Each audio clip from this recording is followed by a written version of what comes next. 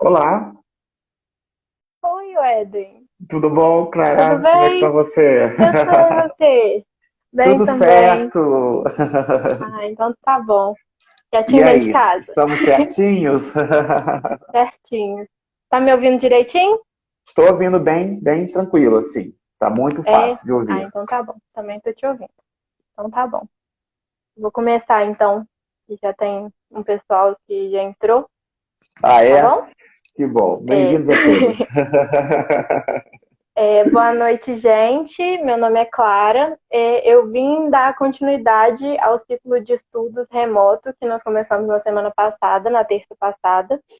E hoje o tema é Quero Mais Saúde, comunicação em tempos de pandemia. Para isso, para falar sobre o assunto, nós trouxemos o Eden Alves, que é professor associado da Facom UFJF, graduação e mestrado, mestre em comunicação pela UF e doutor pela Unicamp, com pós-doutorado na Escola de Altos Estudos em Ciências Sociais de Paris, coordenador do grupo Census, Comunicação e Discursos, com ênfase em questões de saúde, participou por 10 anos, de 2007 a 2017, do grupo EPOS, coordenado pelo psicanalista Joel Birman, no Instituto de Medicina Social da UERJ. O Eden procura articular comunicação e saúde em sentido ampliado sob uma questão de fundo. Qual o lugar da comunicação na diagnóstica contemporânea? Campo conceitual em que vem propondo sob o olhar da análise do discurso.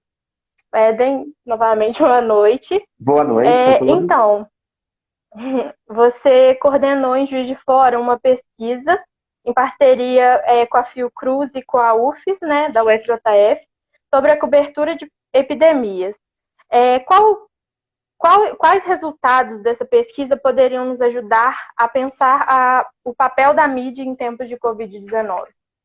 Bem, a coordenação geral ficou com a professora Janine Ribeiro, da Fiocruz, e eu fiquei com a cobertura aqui do Jornal Estado de Minas Gerais. Nós tivemos também a tribuna do Espírito Santo com a Federal do Espírito Santo, que era o Departamento de Saúde Coletiva, e o Rio de Janeiro, que foi o polo executor, ficou com São Paulo e Rio.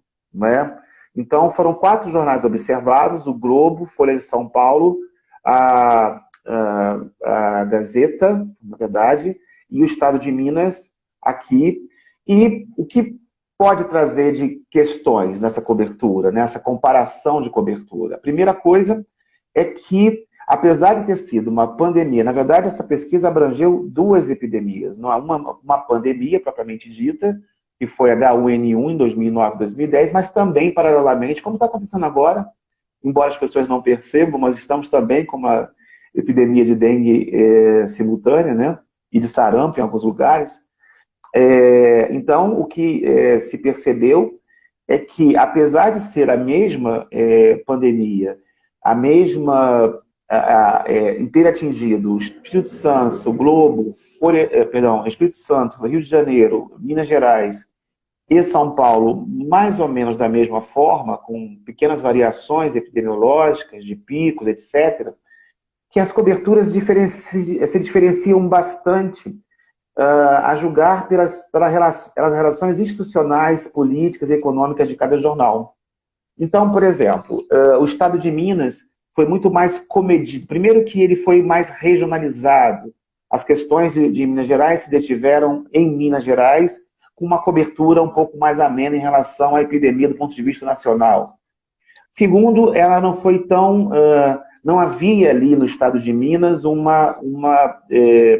diria, um tom mais de polemizar com os poderes instituídos. O Globo, por exemplo, aparentou um tom muito mais político, muito mais polêmico do ponto de vista político em relação às possibilidades de nós darmos conta da questão da epidemia, né? A nossa capacidade de resposta. Tanto que uma das primeiras matérias do Globo, ainda quando ela estava no México, Estados Unidos, era que o Brasil, que a pandemia iria chegar ao Brasil e o Brasil não está preparado para isso. Talvez ali por conta da relação que o Globo mantinha com o governo na época, que era o governo Lula, e o ministro Temporão. Já a Folha de São Paulo, por exemplo, estabeleceu, pouco entrou na questão da polêmica política propriamente dita, mas também enfatizou de alguma maneira a possibilidade de uma espécie de incapacidade do sistema de saúde dar conta, algo que é muito curiosamente não está se repetindo agora, na época, mas com um tom menos polêmico, um tom mais, diria, narrativo dos acontecimentos daquele momento. E também aqui em Minas Gerais, com o estado de Minas, nós percebemos uma diferença, então, uma cobertura menos politizada, vamos dizer assim, evidentemente que essa expressão não é correta, mas só para a gente conversar aqui depois, e muito mais centrada no Estado e, de alguma forma, muito mais uma cobertura de serviço, propriamente dita, assim como o Espírito Santo, que abriu, inclusive, um caderno H1N1. Então, são diferenças que você percebe de imprensa que, apesar do mesmo evento histórico, de histórico sanitário, e da mesma possibilidade dos jornais serem, em estados serem atingidos igualmente, você tem nuances de cobertura que só, evidentemente, uma análise é possível de perceber, uma análise comparativa, principalmente, é possível de perceber. Bom, teve mais questões interessantes aí, mas são questões que a gente pode deixar para futuras respostas aí. Para outro ciclo. Para outras perguntas, pode possivelmente. Voltar, na cobertura realizada, sobretudo a partir dos pronunciamentos do presidente Bolsonaro, há uma aparente contradição entre os discursos da saúde e da economia. Essa oposição é real? Bom, real acho que seria um pouco pretensioso para eu responder. Na verdade, houve sim vamos dar um exemplo de como isso se deu a partir do marco zero dessa epidemia, né, que foi em Wuhan, em novembro. Na verdade, dezembro foi quando se declarou, os primeiros casos foram declarados, diagnosticados, vamos dizer assim, como uma epidemia diferenciada. Mas em novembro, por exemplo, já havia alguns casos, e hoje se sabe que o governo chinês não reagiu, vamos dizer assim, imediatamente, não se sabe por que razão, mas possivelmente por razões políticas, dada a gravidade do que se apresentava. Mas, a partir por volta de 25, 26 de dezembro, a resposta começou a ser dada, e aí a China operou rapidamente no fechamento de toda uma cidade, para que não se espalhasse durante o país. Foi uma operação talvez inédita na história, de trancar 20 milhões de pessoas numa cidade, não deixando que ela circulasse. E essa foi a resposta. Me parece que com alguma resistência, mas logo depois se estabeleceu que aquela pandemia poderia ser tão devastadora, e evidentemente os países orientais têm mais experiência nisso por conta da MERS, que foi em 2009, 2010, um pouco depois, 11 ou 12, e a SARS, que foi no final dos anos 90, né? Então, eles têm mais experiência nisso também. Mas o que se percebeu, por exemplo, na Europa, é uma certa subestimação da epidemia. É evidente, a Europa subestimou a epidemia por muito tempo. Só para ter uma ideia, o tempo de resposta da China durou em torno de 20, 25 dias, se você tomar o marco zero oficial, evidentemente, no final de dezembro, até o dia 10, 15 de janeiro, quando a cidade já estava fechada, você tinha uma resposta que durou 20, 25 dias. A resposta europeia, por exemplo, Itália, teve a Itália teve o primeiro caso no final de janeiro. Ela foi responder 45 dias depois. E por que foi responder 45 dias depois? Por questões econômicas. Fechar a cidade, me lembro do vídeo, Milão não para, não se fecha, na verdade a expressão era Milão não se fecha. Era uma questão econômica, né, que estava aí em jogo, ou seja, se eu fechar a cidade, se eu proibir o trânsito, eu vou ter uma queda de consumo e produção que vai trazer prejuízos imensos. Então, a questão da economia sempre se pôs. Quando se percebeu depois uma certa inevitabilidade da ascensão da crise sanitária, aí a economia ficou no segundo momento e, curiosamente, começou a haver um certo consenso europeu, um consenso quebrado pela Inglaterra, um pouco pela Holanda, mas que já voltaram atrás, evidentemente. Ontem a Inglaterra passou de 10 mil casos, ou seja, hoje, praticamente, o continente europeu está sob um consenso efetivo. Depois vieram as resistências por parte dos Estados Unidos, até que cálculos epidemiológicos levaram à ideia de que poderiam ter entre 200 e 400 mil casos. Então, Trump, muito a contragosto, também cedeu. Ou seja, basicamente, a questão econômica esteve sempre na raiz das demoras das respostas, não é? Mas eu acho que a epidemia se estabeleceu, com exceção do Brasil, a epidemia se estabeleceu como o combate a essa epidemia se estabeleceu como prioridade. Raras vezes no mundo nós tivemos um tal consenso. O mundo marcado por falta de consenso em quase todas as questões, em quase todos os temas, não é? Não há consensos ambientais, não há consensos populacionais, não há consenso de investimento do Estado e iniciativa privada, ou seja, um mundo tão repartido em tendências. Quando nós observamos hoje esta resposta quase global e universal, inclusive colocando a Organização Mundial de Saúde em primeiro plano, nós imaginamos que alguma coisa aí se deu de tão grave, né, a gente está percebendo aqui, que o consenso foi forçoso, vamos dizer assim. E então, eu acredito que hoje, com exceção do Brasil, boa parte dos países do mundo, quer dizer, acho que todo o resto do mundo sabe que não adianta pensar em economia se você não tem pessoas com saúde ou mortas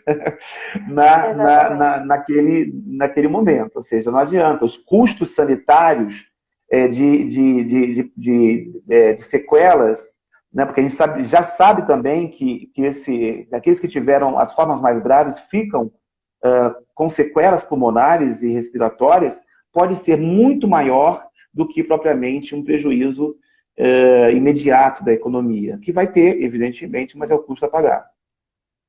Sim, sim. Você está falando, né? Eu queria que você, se possível, aprofundasse um pouco mais nos sentidos e os riscos que essa oposição traz, essa oposição entre economia e saúde. É mal colocado. Na verdade, essa oposição é construída a partir de um certo discurso predominante, que é o discurso neoliberal, a gente sabe perfeitamente disso, sim, em que a economia é a esfera que determina todas as outras esferas sociais, né? Você tem uma separação do liberalismo clássico entre a esfera moral, por exemplo, a esfera moral e a esfera econômica. Nem sempre isso se deu. Para vocês que são muito mais jovens, a questão é que esta oposição, por exemplo, Estado social, mercado, é muito novo. Do ponto de vista da história, tem 30, 40 anos. Né? O que a gente chama, pode ter outros nomes, o que a gente chama de visão neoliberal, de razão neoliberal, se impõe a partir dos anos 70, principalmente, né, depois da crise do petróleo, com os desgastes do Estado social. Mas até então, a questão do Estado social não era uma questão de oposição entre, por exemplo, o serviço de saúde, que é o pilar principal do Estado social, junto com a educação, e ganhos econômicos. Muito pelo contrário. Né? Quando você tem o surgimento do NHS, do National Health Service lá da Inglaterra, que é o grande modelo de serviços públicos universais de saúde, e que inspirou o SUS, você não está pensando se vai ter prejuízos econômicos. Você está pensando, por exemplo, que 20 anos antes, 48, 30 anos antes, a Europa não foi capaz, evidentemente por conta da guerra, por conta da Primeira Guerra Mundial, não foi capaz de deter uma pandemia que matou 50 milhões de pessoas, o dobro de uma guerra. Então, percebia-se claramente que pandemias, muitas vezes, podem ser muito mais violentas e perigosas do que uma guerra. Então, quando você tem o surgimento da Organização Mundial de Saúde, em 48, e mais o NHS, e mais isso vai se espalhar pelos países europeus, principalmente, Espanha, Portugal, França, etc., você não está se perguntando se a saúde é mais ou menos importante que a economia. Sabe-se perfeitamente que uma das condições de um país desenvolvido, desenvolvimento social, é a saúde. Então, como é que você chega ao nível de pensar que há uma oposição entre saúde e economia, ou pelo menos investimento em saúde, os sacrifícios pela saúde e economia, a partir de uma lógica, de uma matriz discursiva que coloca a economia como um pilar, vamos dizer assim, um pilar único da sociedade, em que todas as esferas outras da sociedade acabam girando em torno dele. Então, por exemplo, não se pensa, por exemplo, em o combate à fome, mas aí qual é o custo econômico do combate à fome? Ou seja, é uma outra forma de interpretação. O uso social da terra, mas qual o custo econômico do uso social da terra? Manter uma política de saúde efetiva, fazer maiores investimentos no Sistema Único de Saúde, que funciona com 1/10 do investimento que ele precisaria. Então, qual o custo deste serviço do ponto de vista econômico? Né? Então, você tem questões, e, no entanto, questões de ganhos econômicos não são colocadas como oposição. Por exemplo, o SUS tem um financiamento de cerca de 210 bilhões, está caindo porque com teto de gastos, cerca de 200 bilhões de reais. Ora, o custo, por exemplo, de evasão de divisa no Brasil chega a 1 trilhão de reais. Né? O custo de salvação de bancos, por exemplo, muitas vezes passa de 100 a 200 bilhões de reais. Agora, compra de títulos podres por conta do Banco Central passa a passar de 450 bilhões de reais. Ou seja, quando a questão é econômica, para o ganho econômico, não há oposição. Mas muitas vezes você dobrar o financiamento do SUS, que seria absolutamente possível, não é? Você poderia, mas isso é visto como uma questão de sacrifício econômico. Então, por conta dessa chave de interpretação, por conta dessa matriz, vamos dizer assim, discursiva, que você vai acabar chegando a esse debate de hoje. Ou seja, enquanto a Europa e muitos países do mundo foram obrigados a fazer concessões, mas esses resquícios, vamos dizer assim, que tem de reservas em relação de oposição entre economia e saúde, que ainda tem no Brasil ou em alguns momentos, em alguns lugares do mundo, é por conta dessa matriz que é hegemônica há 40 anos, pelo menos. Sim. O Gustavo perguntou, o Éden, ele mandou: professor, o Estadão chegou a noticiar desdobramentos na saúde mental da pandemia do Covid-19 e da epidemia de dengue e sarampo? Isso é uma pergunta? É um comentário? É uma pergunta. Se o Estadão fez isso? Eu não acho entendi. que...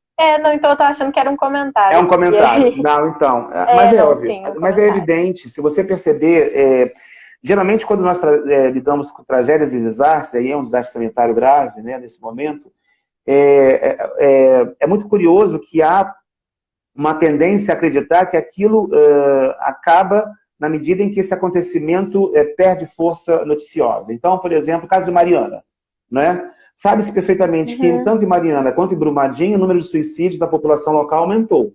É lógico, você desenraizou pessoas ali, você mexeu na sua vida cotidiana, muitas pessoas perderam suas referências de vida local, e evidentemente esse processo produz um mal-estar tal que pode chegar a levar a depressões e outras formas de sofrimento que vai redundar em suicídio.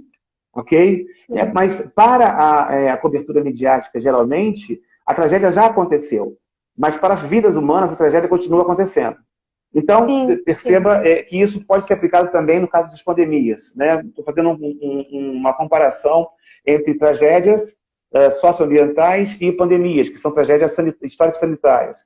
É evidente que isso vai deixar marcas. As pessoas que perderam 2, 3 pessoas na família, perderam uma, perderam vizinhança, que tiveram sacrifícios econômicos, financeiros, mas também sacrifícios afetivos, pessoas que ficaram isoladas, e evidentemente, para nós que temos condições minimamente materiais de fazer lives, por exemplo, né, de conversar com colegas, é diferente de pessoas, por exemplo, que não podem ser visitadas porque simplesmente não podem ser contaminadas. Isso é real. Eu mesmo, colocando uma questão pessoal aqui que não interessaria muito, não posso visitar meus pais no Rio de Janeiro, por exemplo, porque eu temo que nesse percurso eu acabe levando alguma coisa que não serve para lá. Ou seja, evidentemente existe um custo afetivo, um custo material muitas vezes, e um custo na esfera do luto, pessoal. Então, evidentemente, é lógico que essas questões vão continuar debatendo, mesmo que o noticiário dê como encerrada a pandemia e a epidemia. As consequências e efeitos são de longo prazo. Sim. A Ilusca perguntou qual a imagem do SUS emerge nessa cobertura. Ela falou que no Reino Unido se reforçou a importância do NHS. É uma imagem... o que acontece com a imagem do SUS? Toda a cobertura, isso, logicamente, é mediado, né? Existem os usuários do SUS, no sentido de usuários de porta de entrada, que são os postos de saúde, as UPAs, os hospitais, e existem os usuários que não percebem que são usuários.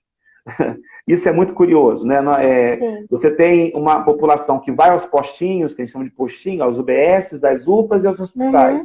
E tem aqueles que, por terem planos de saúde, seguradoras, etc., acreditam que não usam SUS. Mas isso é uma ideia equivocada, de falta de informação. Os governos não fizeram nem os governos de esquerda, nem os de direita tiveram essa preocupação, o que é muito grave do ponto de vista de um erro gerencial de comunicação. Mas as pessoas usam o SUS na medida em que a vigilância sanitária é SUS, na medida em que a produção de vacinas é SUS, na medida em que você tem as campanhas de vacinação vacinação geral é SUS, na medida em que existem uma série a pesquisa científica tem participação, evidentemente, do SUS, a formação de médicos, residência, SUS.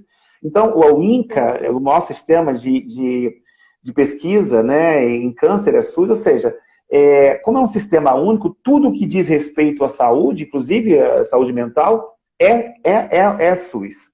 O que está mais ou menos na borda desse sistema é chamado a saúde complementar, que é a saúde privada. Ora, que imagem do SUS que aparece aí? Qual é a imagem geralmente do SUS? Hospitais quebrados, doentes no corredor, mal atendimento, etc. e tal. Evidentemente, imagina que você vai dar uma comparação simples. O NHS tem cerca de 400 bilhões de investimento, bilhões de reais de investimento, fazendo a conversão, evidentemente. Para 60 milhões de pessoas, o SUS tem 200 bilhões de investimento para 210 bilhões de pessoas. Então, se a gente fizer uma regra de 3 aí, vamos imaginar que o SUS tem 1/13 do investimento do NHS. Agora, esse 1/13 do investimento do NHS é que vai produzir aquelas cenas terríveis que nós vemos em muitos locais. Evidentemente, há um processo de silenciamento da própria imprensa, isso há de convir, das coisas que funcionam no SUS. Por exemplo, distribuição de remédio. É o maior cadastro internacional, é o maior cadastro mundial de transplante, por exemplo. Tem a SAMU, que é muito bem avaliada. Tem médico de família, que em muitos lugares é muito bem avaliado. Mas isso não aparece muito. Inclusive, algumas pessoas não percebem, por exemplo, que, coisa simples, o Hospital da Clínica é SUS. Contando um caso muito simples, um dia eu fiz uma correção de uma jornalista do Estadão que publicou que geralmente as pessoas do SUS procuram pessoas do SUS, não tendo atendimento, acabam procurando o Hospital das Clínicas. Eu chamei a atenção que o Hospital das Clínicas é SUS, os hospitais universitários são SUS. E aí o que acontece? Ela disse que eu não sabia o que estava falando. Então, imagina o que é a percepção, muitas vezes, de dentro das redações sobre o que é o SUS. Em última instância, a população não conhece o SUS e, muitas vezes, os jornalistas não conhecem o SUS. Isso cria uma cadeia de transmissão de desinformação e silenciamento muito grave. E qual é o SUS que emerge nesse momento? Algo que poucos sabiam que existia. Por exemplo, pesquisa. Mapeamento genético. Tudo bem, universidades públicas, mas elas trabalham em consonância com o SUS. Eu acho que é um momento muito importante, uma oportunidade muito interessante para a população saber o que é o SUS. Pena que vai saber exatamente naquele momento em que há um risco efetivo. Isso não é diria um discurso de calamidade. Há um risco efetivo do sistema colapsar. Por motivos que a gente sabe que colapsou na França, colapsou na Itália, colapsou na Espanha. Colapsar significa, literalmente, mandar as pessoas de volta para casa, mesmo que estejam morrendo. Sim. Se colapsou nos estados mais ricos, que tem 10 vezes mais de investimento, evidentemente há uma possibilidade. Isso não quer dizer que vai acontecer. Há uma possibilidade de colapso do nosso sistema de saúde. É uma pena. que houve momentos muito interessantes para que este SUS fosse reabilitado junto aos olhos da população. E, no entanto, é neste momento que ele está sendo exigido no momento em que, com todo diria, a falta de recursos, há de convir também, por exemplo, que os atuais, né, gestores da nossa saúde, tanto no governo quanto no Ministério, foram a favor do teto de gastos. É uma pena que neste momento, em que ele vai sofrer bastante pressões e estresses locais, principalmente nas grandes capitais, é que ele está sendo valorizado por uma cobertura jornalística dos grandes veículos, né? Os pequenos sempre olharam com mais atenção, mas dos grandes veículos. Eu acho que emerge uma possibilidade das pessoas gostarem mais do sistema. Sabe-se agora, por exemplo, não adianta você ter seu plano de saúde, porque se o sistema colapsar, o seu plano de saúde também vai colapsar. Então, talvez agora a gente consiga refletir sobre a importância de um sistema único de saúde para todos, principalmente porque baixa a demanda sobre os planos que certa classe social, evidentemente, vai produzir, diria, preocupações sobre certas classes sociais. Sei. Quanto ao papel da imprensa, muito se fala em alarmismo.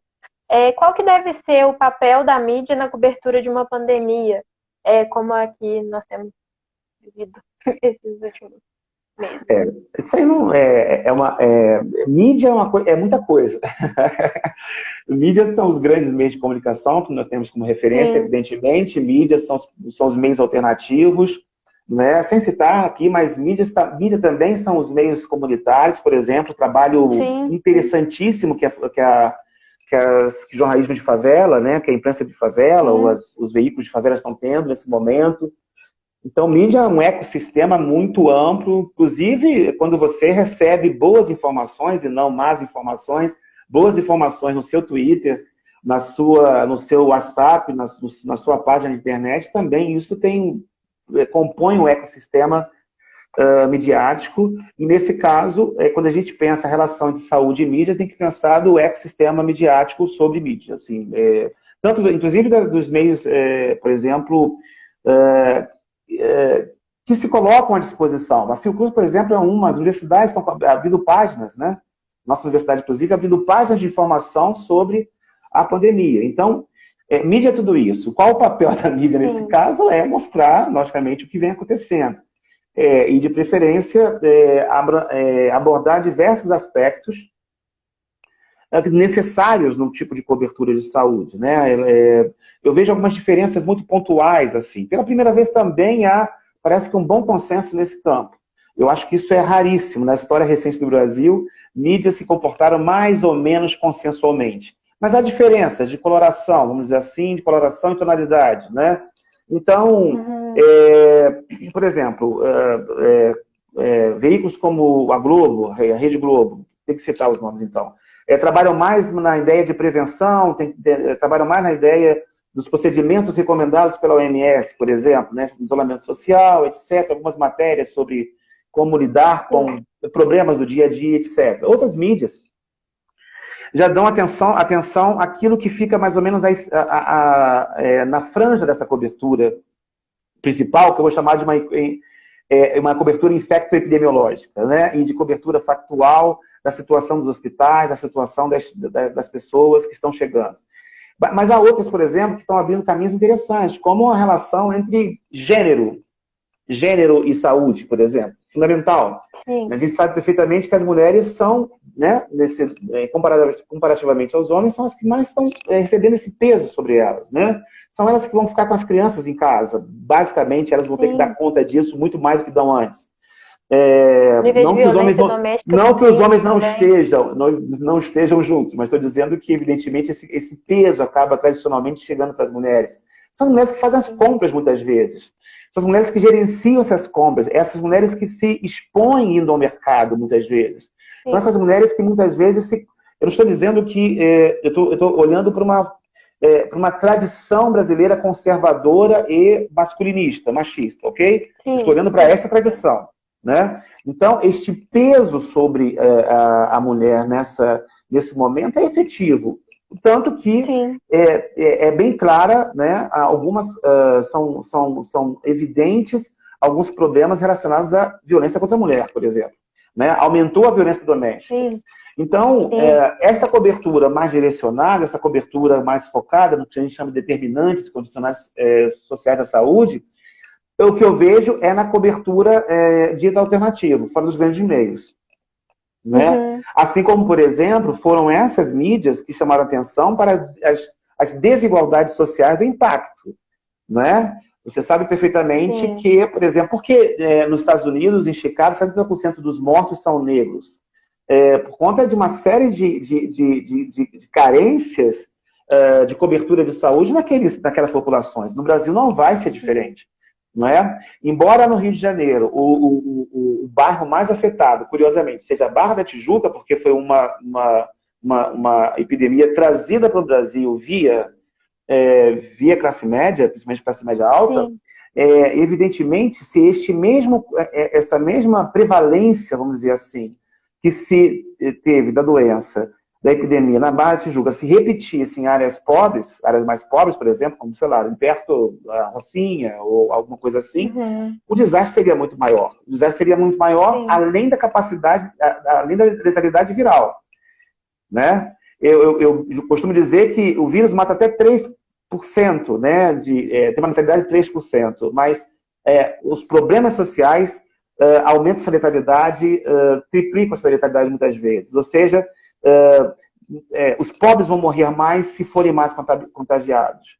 Porque, evidentemente, você tem carências sociais, muitas vezes que vêm de alimentação, às vezes vêm de uma menor medicalização, às vezes vêm de problemas relacionados a chegar até o local do atendimento e outras variáveis, habitações subnormais, com muita dificuldade de, por exemplo, de isolamento social. Eu estou sozinho em casa aqui, posso fazer isso, mas nem todo mundo pode fazer. Então, essas condicionantes vão acabar produzindo uma maior letalidade entre os pobres. Ou seja, o vírus, ele eu vou usar uma expressão ruim, mas ele é democrático no sentido da letalidade. Mas as variações em relação a isso não são, de nenhuma maneira, por conta da democracia do vírus. Muitas vezes são por desigualdades sociais, evidentemente, por questões sociais importantíssimas nesse caso. A Simone perguntou: a comunicação em tempos de pandemia deve adotar uma postura pedagógica de instrução ou deve apenas se atentar para os números e desdobramentos causados? A cobertura tem muitas funções, né? Inclusive função de persuasão. Nesse momento, por exemplo, quando alguns grupos políticos resistem como se fala, a atender o isolamento social, o distanciamento social, muitas vezes a imprensa, seja ela a imprensa alternativa, seja ela a imprensa digital, seja ela a grande imprensa, acabam tendo uma função persuasiva. Né? Persuasiva, estrito sensu, convencer as pessoas a obedecer, a ficar em casa, literalmente, neste momento. Né? Então, eu chamo de injuntiva, né? Quando é prescritiva ou instrutiva. Né? Pode ser pedagógica, pode ser. Eu acho que tem lugar para toda essa forma de cobertura. Né? Então, isso é mais complexo do que, por exemplo, uma função de mídia. Em alguns momentos ela vai ser pedagógica, quando, por exemplo, ouve a palavra do infectologista de como você lidar com produtos, materiais, ou no dia a dia.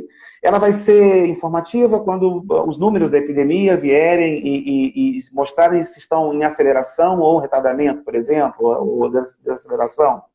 Você vai ter, por exemplo, uma postura mais persuasiva quando está em jogo político aí, claramente, acho que nenhum problema disso, é um consenso internacional, né, um consenso internacional assinado por especialistas, cientistas, pela OMS. Então, não é simplesmente uma persuasão, diria, ideológica na direção de, por exemplo, opções políticas. Não, é pelo bem comum.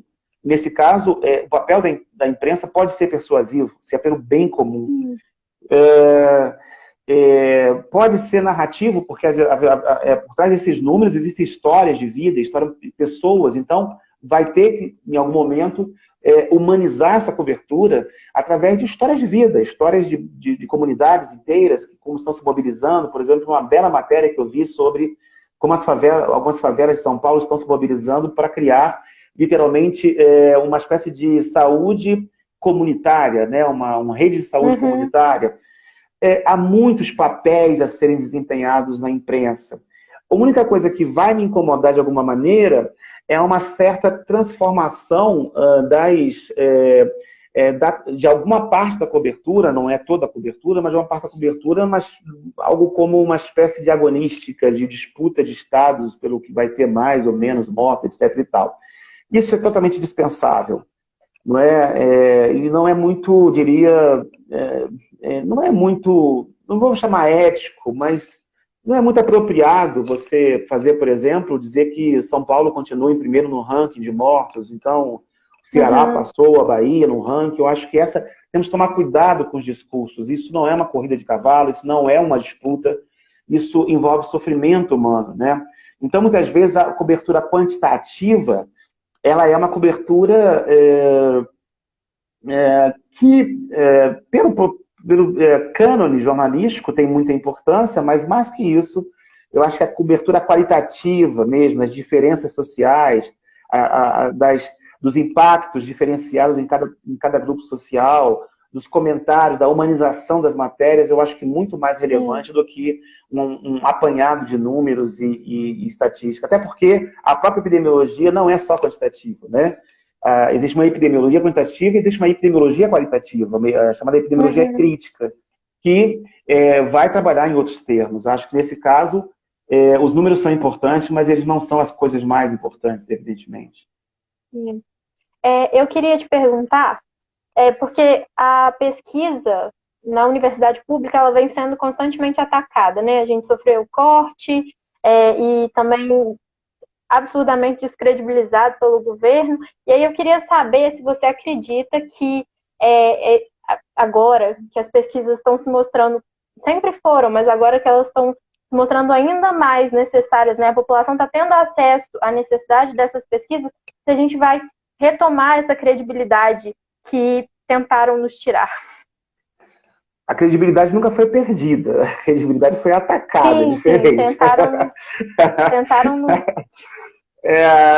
Eu acredito, assim, um dia eu estava vendo uma matéria sobre investimento em saúde, investimento em pesquisa, e havia muita reclamação de colegas da Rússia dizendo que só havia 30 bilhões de euros em investimento em pesquisa naquele país. Eu fiquei pensando, nossa, mas isso, a gente tem 7 bilhões de reais. Sim. Isso é histórico, mesmo em governos que poderiam ser mais sensíveis, por exemplo, governos, né, do PT entre 2002, 2013 e 2015, o investimento aqui é tão ruim o investimento em ciência no Brasil, é tão precário o investimento, isso sempre foi colocado tanto em terceiro, quarto, quinto planos, que quando nós tivemos um aumento de investimento até relevante, mas que não nos colocou na linha de frente, pelo menos, por exemplo, né, poderíamos ter, já chegamos a ser a 8ª economia do mundo, então fôssemos o 8º país a mais investir em pesquisa, mas dizem que quando a miséria é muita, qualquer esmola já satisfaz o cidadão. Então, assim, evidentemente, nós achávamos que estava no melhor dos mundos quando vimos os investimentos cresceram razoavelmente em pesquisa. Mas, se você comparar com o cenário internacional, com o primeiro, com o quinto, com o 15º, com o 20º país de maior PIB, nossa pesquisa é desanimadora, nosso investimento em pesquisa. Se isso vai mudar, eu acho muito improvável que vá mudar, porque existe a conta da epidemia, existe uma recessão aí que está sendo prevista, talvez não seja tudo isso que dizem, mas que vai ser bem acentuada. Então, o que eles vão fazer? Vão tirar dinheiro de alguns setores. E, evidentemente, de onde vão tirar dinheiro? Vão tirar dinheiro de financiamento de salvação de bancos? Não vão tirar dinheiro. Vão tirar dinheiro de onde? Sempre vão tirar dinheiro de pesquisa, vão tirar dinheiro... Se bobear, tiram dinheiro de saúde, se bobear, vão tirar dinheiro da educação, se bobear, vão tirar dinheiro da universidade, possivelmente vão punir, né, servidores públicos, de alguma forma. Ou seja, em termos de mas em termos nacionais, tenho muito poucas esperanças que a pesquisa seja agraciada, não é? Porque é muito menos uma questão de consciência do que e mais uma questão de viés ideológico, não é? Pode ter aqui um esboço aqui e ali, evidentemente, mas nada relevante, né? Só para ter uma ideia, agora estão abrindo alguns editais para pesquisa, principalmente no campo das epidemias, tá? Mas 5 milhões de reais, 2 milhões de reais, isso é para pagar no máximo algumas bolsas, isso não é substancial do ponto de vista das emergências que nós temos. Do ponto de vista internacional, não, acredito que aqueles países que sempre investiram vão direcionar uma maior capacidade de pesquisa para o campo da saúde, até porque já vinha acontecendo, né? O que aconteceu foi que os estados, por conta desse processo, se retiraram um pouco do investimento em saúde e deixaram muito na mão das empresas de biotecnologias, né? Elas que lideraram os investimentos dos anos 90 e 2000 em saúde. Eu acho que ficou claro que só investimento de mercado em saúde não dá conta. Eu acho que vai ter uma revisão, sim, em nível internacional, no investimento em pesquisa e, dentro disso, o investimento em pesquisa em saúde. Eu não tenho muito otimismo em relação ao nosso contexto nacional, não. Pelo menos esses 2 anos e meio aí.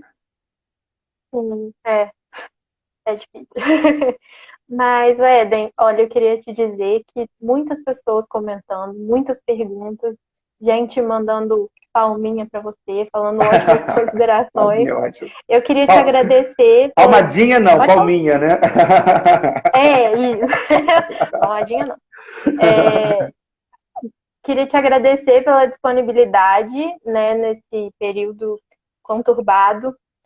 Dizer que foi um prazer conversar com você. Estar do outro lado, você pergunta pra gente na sala de aula, agora eu perguntando. E foi muito boa a nossa conversa. Queria te agradecer de verdade por participar. E pelo número de perguntas que surgiu, acredito que surgiram, você pode voltar. Então, é isso. Queria te agradecer muito mesmo pela oportunidade de estar aqui conversando com você. E eu queria parabenizar vocês por esse acompanhamento, que é muito importante, faz parte da nossa missão, vamos dizer assim, principalmente, né, na comunicação, promover esses debates super ricos e encantadores, vamos dizer. Tá bom? Muito obrigado, agradeço a todo mundo aí, a equipe está ótima, está perfeita. Obrigada, gente, por ter assistido. Quem puder ficar em casa. É isso, muito obrigada, gente. Um abraço. Boa noite. Boa noite. Tchauzinho.